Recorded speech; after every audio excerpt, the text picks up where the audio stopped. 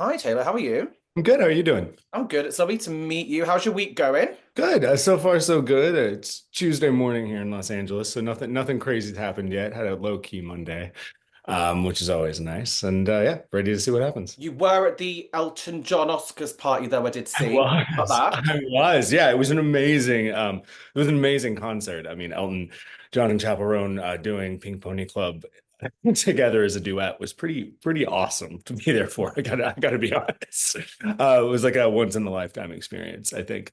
So it was a fun party for sure. So definitely had a little bit of a recovery day yesterday. That was queer history right I there. felt I felt like it was. I felt like I was witnessing something that was like epic and should be in the history books at some point. Yeah. Tell me, which chapel song do you lose your shit to most?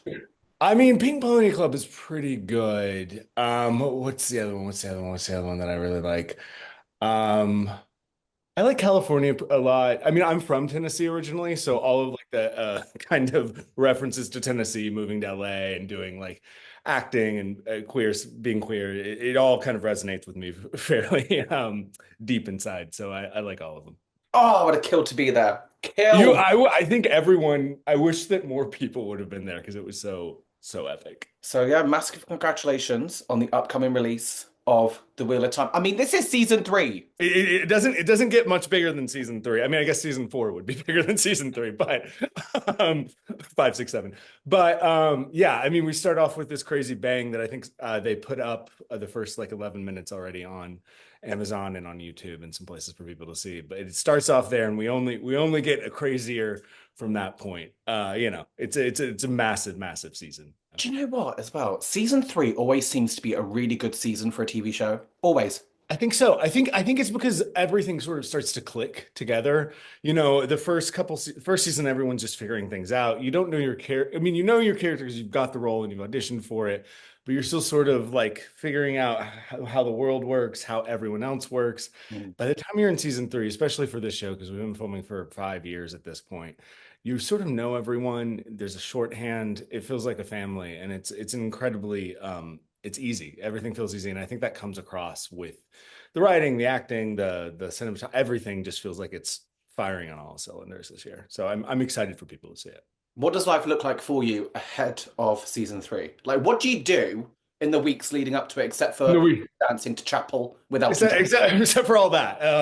Well, you do a lot of that. I mean, in terms of prepping for filming, there's for me at least, because I play this character that's a warder who's essentially, if you haven't seen the show, the best way to put it is kind of like a knight or some sort of bodyguard or something like that. And so there's a lot of training. There's a lot of going to the gym. There's a lot of eating only grilled chicken and rice, and being super disciplined in that way.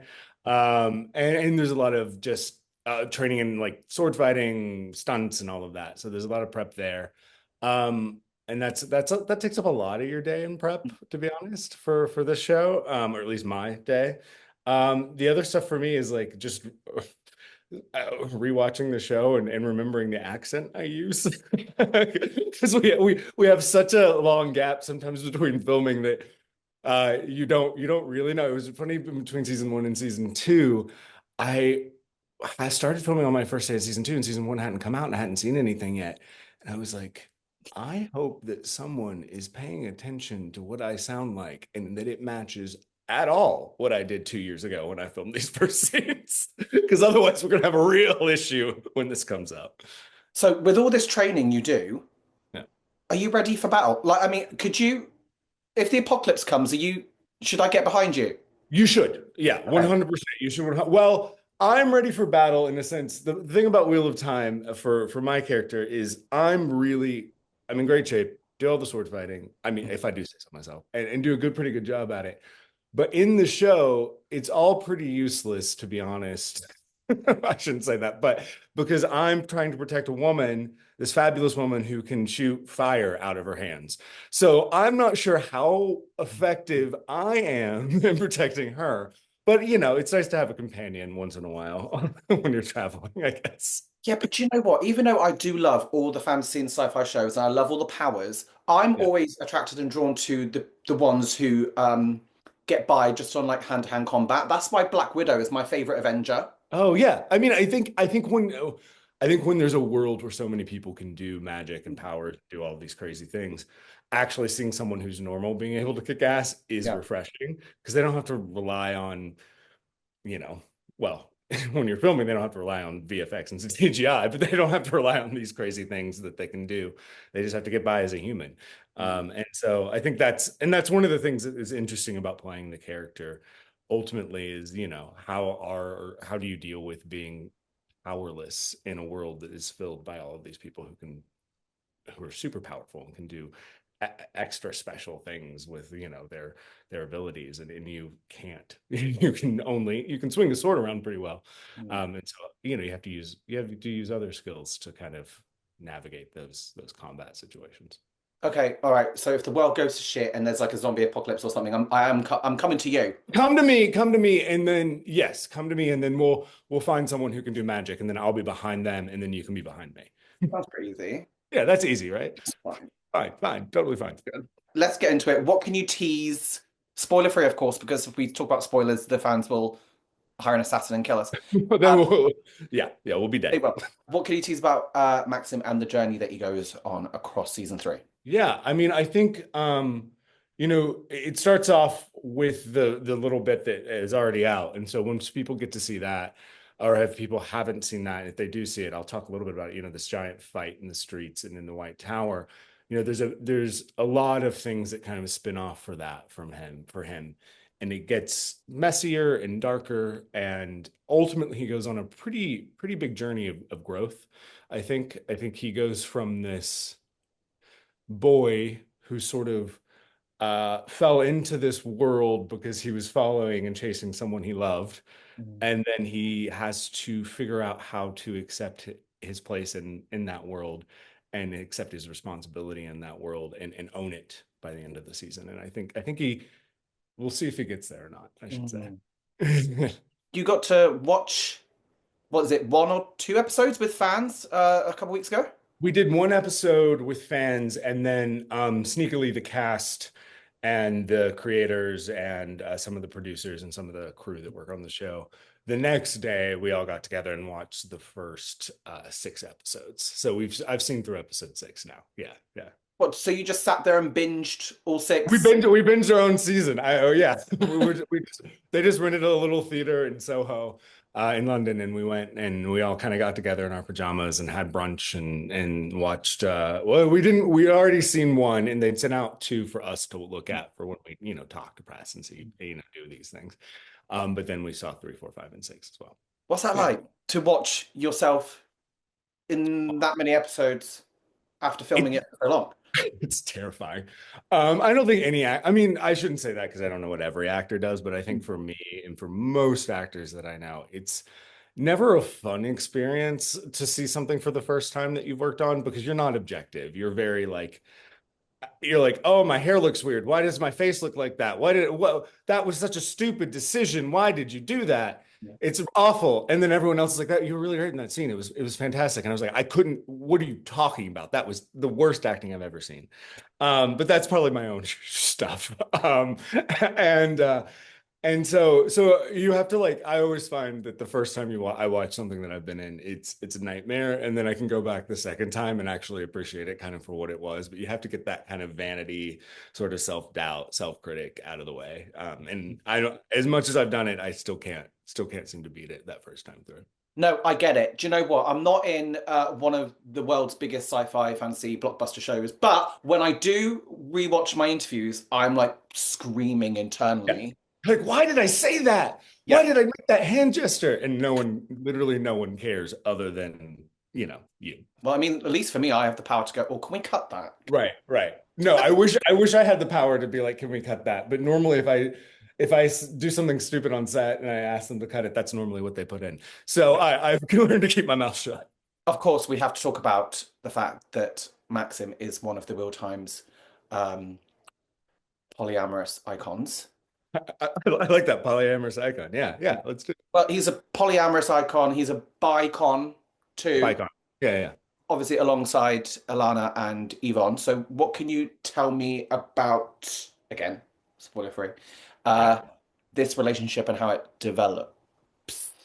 we hint about it in the show in this first and second season, but essentially, Ivan is sort of the linchpin of this whole kind of trio of this polyamorous relationship. Ivan was Alana's warder first. They fell in love, and then I come in. I'm doing something somewhere on the streets of Tarvalon, and we fall in love. And he brings me in as her second warder.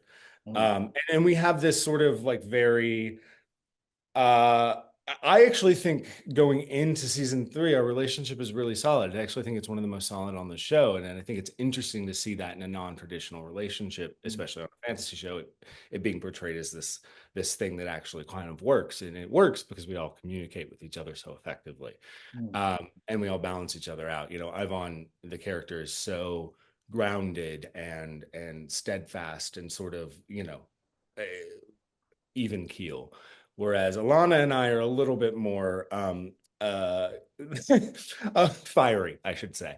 Mm. We're emotional a bit, and we sort of we explode and cool down, but we also drive Ivan forward, and we're sort of the fuel that moves things along. And so that balance is really critical and really important. And I think it works really well. So what happens beginning to happen at the end of season two is the world's starting to get a little bit of a darker place. The characters are sort of starting to realize that this sort of utopia that they've created, where they just sort of, I'm going to cuss here, but they just sort of feast, fuck, and fight, and they have fun, is maybe crumbling a little bit around them. Maybe not for their, not because of anything they've done, but they're going to have to deal with this. And so now that they're going into season three and they're going to be tested a little bit, and some things are going to be rocky, how does that relationship hold up? Does it continue to be, harmonious, or there's some cracks that kind of form? So we'll see. Feast, fuck, and fight. Yeah, the three Love it. F's. They're the most important things. Yeah. Three most important things in his life. Okay, yeah. Do you know what? This is why people relate to fantasy shows. I wish that my life was that simple. Well, Um, maybe so much fighting, but it would be fun. It would be fun. when you signed on for the Wheel of Time, were you aware of how groundbreaking and subversive this polyamorous relationship was going to be? Because we don't see it a lot, if ever, um, No. in media. Yeah, no, I definitely think that, when I came on board, I was excited to do this, because I haven't seen this type of relationship Mm. really in fantasy. I mean, this was 2019 when I joined the show, so it had been a while ago, and I think there have been some little hints at it some other places, but not quite as explicit and intended as we do it. And I think that the thing that really makes it stand out for me in a fantasy world is I've at least Wheel of Time in general, and you see that not just with our characters, but with other queer characters on the show, is we are we're we're treated not we're treated just the same. It's almost like it's actually interesting walking in as someone who lives in our world playing these characters, because there's no baggage put on any of this sort of non-traditional lifestyle relationships that any of them have, really. And so there's no societal pressure to be anything, or there's no judgment from society really in this world of Wheel of Time about sexual preference or relationships. And so it makes it really interesting as an actor coming in, having that baggage and having the stuff that I've lived with, or that the society has told us about what we should be or shouldn't be, and like what's accepted, and kind of letting that go and realizing that these characters don't have that, so they don't look at the world through that prism. And I think ultimately for fantasy too, I think it's kind of groundbreaking, because I don't know, I find that high fantasy in particular has a really poor track record with Mm. characters, and especially queer men. I think they're normally kind of disregarded, and sometimes have their entire families murdered because they're gay, And so I think we've done a cool job of kind of incorporating that without them being queer or polyamorous being like a big thing. It's just that they are. And I think that that's kind of wonderful in a fantasy space. Yeah, no, absolutely. It feels like there's, like you said, there's an erasure of homophobia, and it's because in that world it wouldn't make sense for it to exist with Yeah. everything that's going on with the feasting and the fucking and the fight. There's too much feasting, fucking, and fighting to do to be concerned about homophobia. But it's even like in the first season when it's revealed that they are in a throuple, there's shock towards that, but it's not in the context of Yeah. homophobia. Well, Um, you're seeing it through the eyes of Nynaeve, who's from a very small town, who's probably never a very small, kind of almost puritanical town. It's not the shock that they're gay or the shock that it's two men in a relationship. It's the kind of this the shock that they're so open about sex, I think is the difference.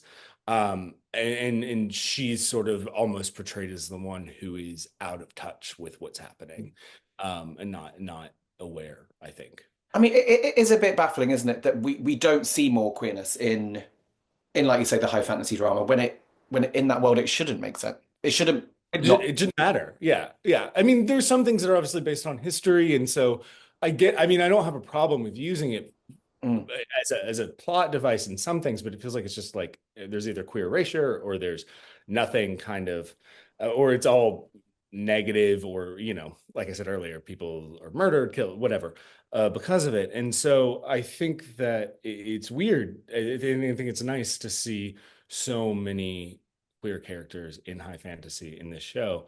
Also, because at least from my experience with the fandom, there's a lot of queer people who love these books and love these stories, yeah. and they relate to them in so many ways. And so I'm happy that we get to like kind of represent that. Yeah, I mean, I've been to Comic-Con a couple times in my life, and not to generalize or anything, but a lot of the people in that space are queer. You Yeah. know, it doesn't make sense that we don't see more queerness in the genre on the Yeah. screen. Because it feels like it's something that queer fans relate to, and queer people relate to in these novels and these books, and enjoy. And so it feels weird that that's not reflected as much, but hopefully we're changing that a little bit. Mm. Outside of the Wheel of Time, are you a sci-fi and fantasy fan? Like, what are those books up there? What are you What are reading? those books up there? Those books are. So I have a confession to make. I'm Okay. staying at a friend's house, so this is not. Those are not my books. To go see. um, but I'm a fan of the genre. I've definitely read. I haven't read. I'll be honest. I haven't read all of the Wheel of Time books yet. I've read up to kind of. I always try to stick to kind of where we're shooting because I want to be kind of in the Okay. world the character is in. Mhm. So I'm like 4 or 5 in. I've read the Game of Thrones books, or Song of Fire and Ice books, I should say. I've done some of the Mistborn series. Um, I like sci-fi and fantasy quite a bit. I'm often hesitant to start a series just because of how long the books typically are. So I feel like I have to be like, it has to be like, oh, I'm on like a vacation or something like that where I've got a lot of time to read, and because I like to finish things, if that makes any sense. So I don't want to get like three-fourths of the way through and then just like toss it, and spend that much time on something if I don't like it. What about TV or film? Do you delve into the sci-fi fantasy world of film Yeah. or TV? Yeah. I really like, there's an actress joining the show this season, Shora, who is on The Expanse, which is a really, Mhm. really wonderful sci-fi kind of space. Oh, not kind of, it is in space TV series. I mean, again, I really love the original Game of Thrones series. What else have I watched recently? I kind of really dug the last Alien film, the one that just came out like last summer, last Oh, whatever. Romulus. Romulus, yes. Yeah, that was good. In that genre, in that sphere, in that world, those have kind of been the things that have ticked my box recently. Yeah, yeah. Okay, right. This is just the Comic-Con geek in me now asking this Of course. question. I was not going to ask this before, but if you were to bring one iconic sci-fi character Ooh. into the world of Wheel of Time, who would it be? Come on, you must have thought about this, right? One iconic sci-fi. Oh, I think to go back to Alien, I think Sigourney Yeah. Weaver and Ripley from Mm. the original Alien stuff. That was her character's name. Yeah, yeah. I think she would be incredible, an incredible Aes Sedai. She probably is already if she, if she existed in that world. I mean, it does in the multiverse somewhere, right? Somewhere, someone has already written that, I'm sure. Fan fiction. Let's talk about the fandom of this because fans of sci-fi and fantasy are passionate. Um, and of course, you are representing two very marginalized communities with people who are polyamorous and people, well, bisexual men. So, what has that response been like from viewers? I would say overwhelmingly positive, except for a few cases of it being overwhelmingly negative.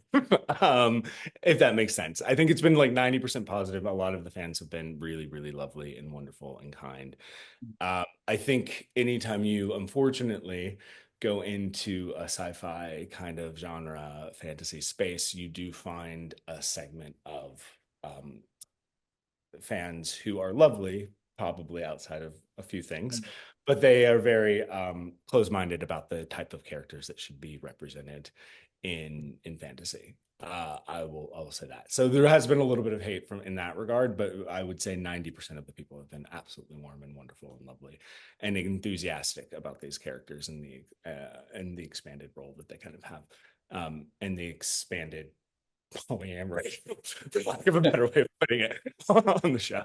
Well, that's the thing, isn't it, about joining a franchise that is so global and beloved? There's always going to be the trolls. There's Yeah. always going to be Yeah, there's always going to be the trolls, and there's always going to be the people who sort of, are very like, no, it's about this character, and that's the only thing that I want to see. And if anything that kind of is a not that is a distraction from that, which is their right to have that opinion, obviously, but would not could do with a little less DM hate, I should say. how do you deal with the negative? Like, do you just kind of like block it Yeah, out? you just block it out.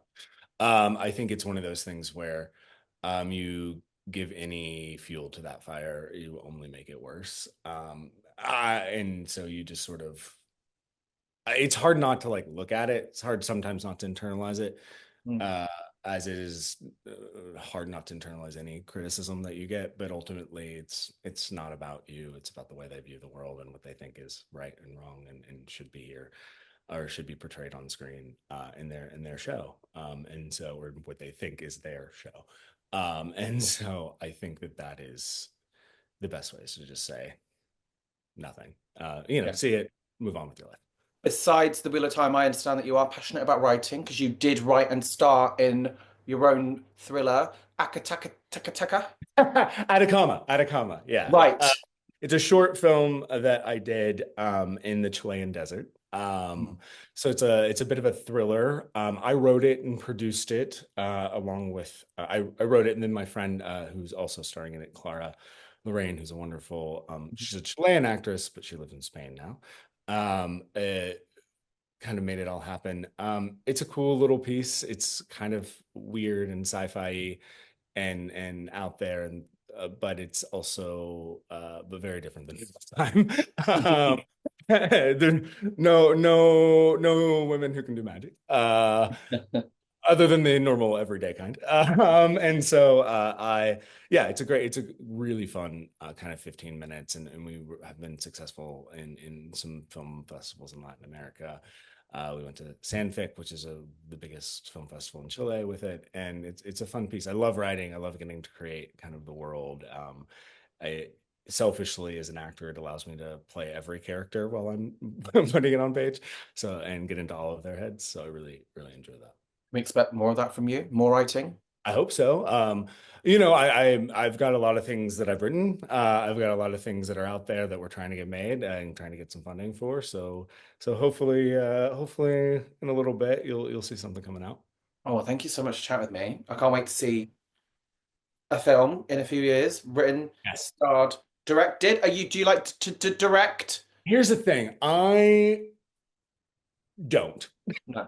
Um, I think it's too. I think maybe one day, but I think if you've written and are acting in it, then maybe you need a couple other voices to sort of shape it.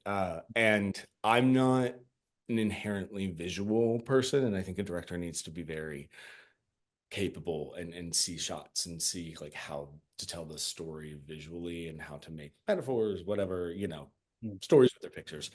and I'm not. That's not my genre, or not my forte. I'm better with words, I think.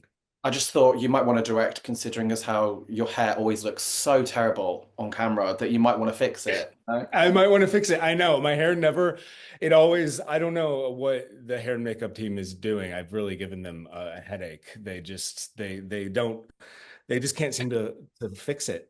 I don't know. I don't know. I have to No, say, right now, it is looking really fucking good. And mine is just, it's a little bit of my superpower. Your hair looks amazing, by the way. no, it bloody well doesn't. Don't you lie to me, Taylor I Nathan. know it looks great. It looks great. It looks my hair just has a mind of its own. It does most of the time it'll be like this, but if you saw me this morning, it would have been full on electric shock. It really likes to get into it. Like if I put it in a position, it will stay there. But like that even means if I run my hands through my hair, it will stay there. So it's very important on set that I just don't touch the hair. And that's to me. That's my own role.